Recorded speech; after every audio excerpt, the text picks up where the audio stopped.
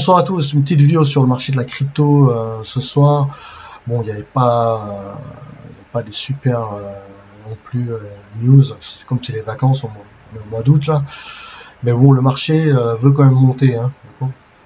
Et aujourd'hui, en fait, là, il est bloqué. En fait, le Nasdaq s'est retrouvé un peu bloqué, Dow Jones également.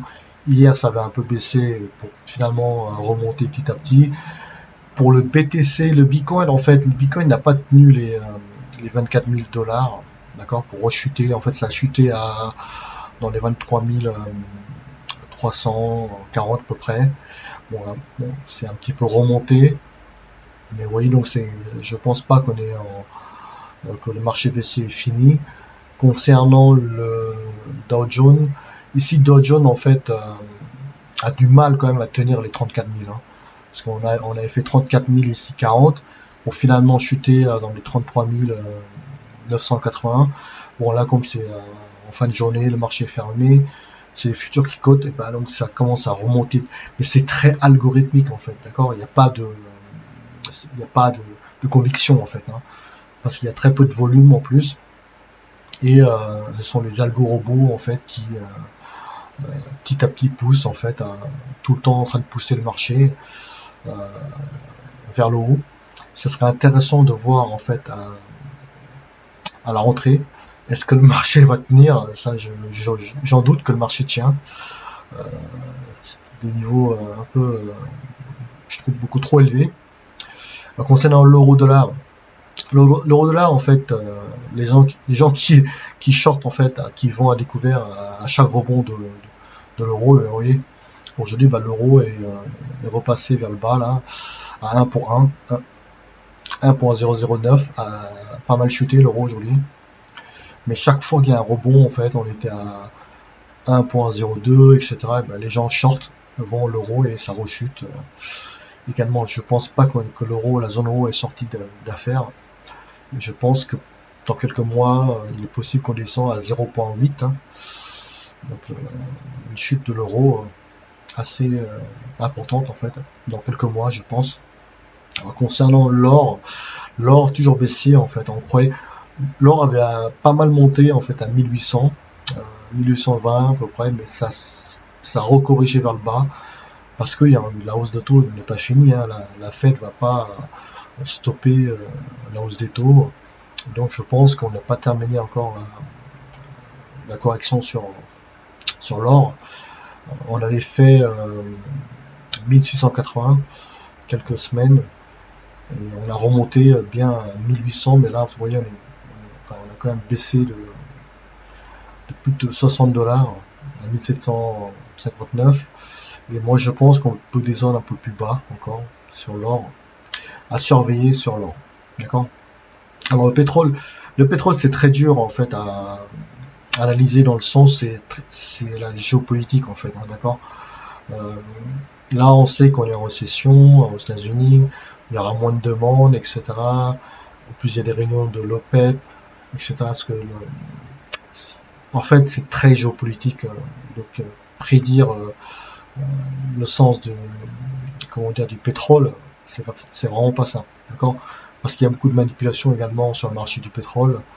Des fois, ça monte de 10% avec une petite news, pour finalement après chuter de moins 4%, etc. Oui, c'est pour les gens qui sont pas vraiment dedans, dans le pétrole, c'est vraiment à éviter le trading du pétrole, hein. Ça peut faire du moins 10 sans vraiment de news.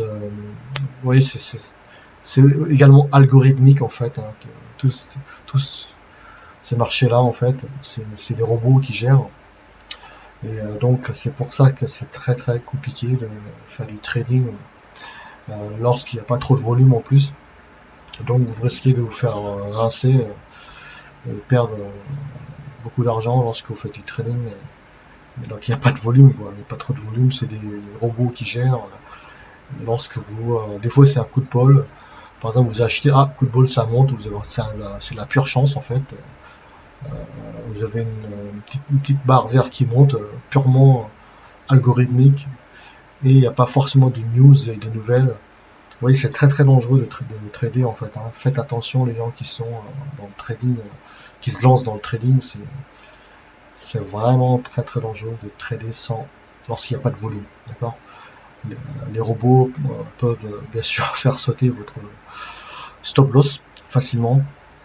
Alors, le marché, je pense qu'à la rentrée, ça va être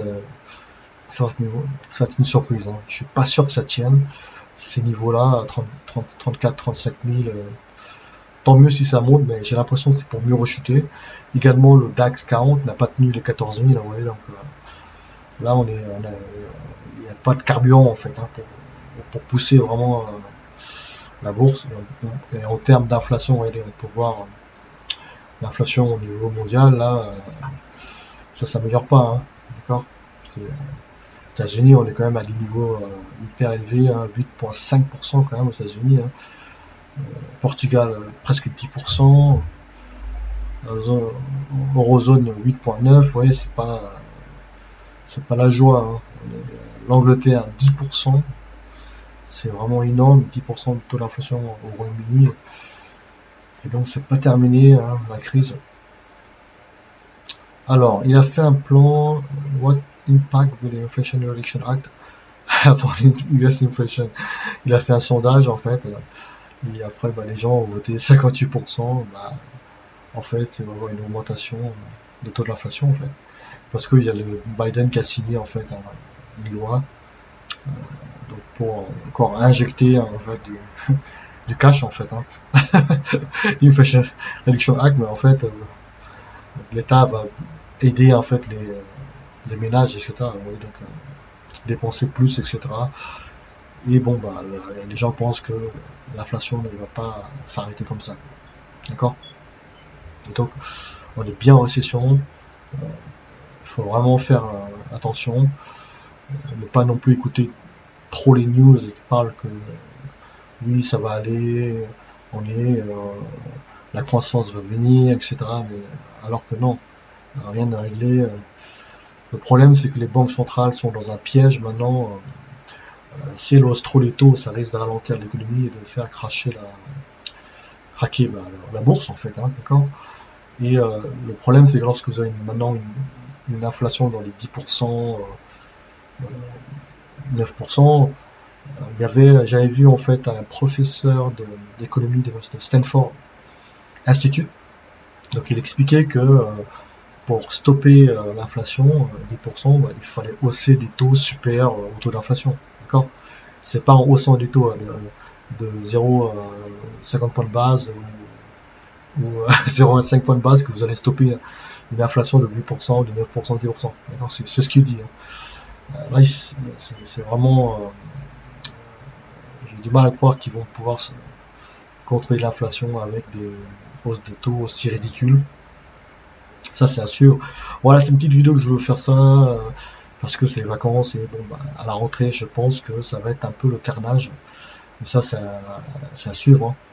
Lorsque les traders vont rentrer de vacances, ça serait intéressant de voir est-ce que la bourse va continuer à monter de manière algorithmique. Ça, j'ai du mal à croire, hein. Voilà. Passez une bonne soirée. Au revoir.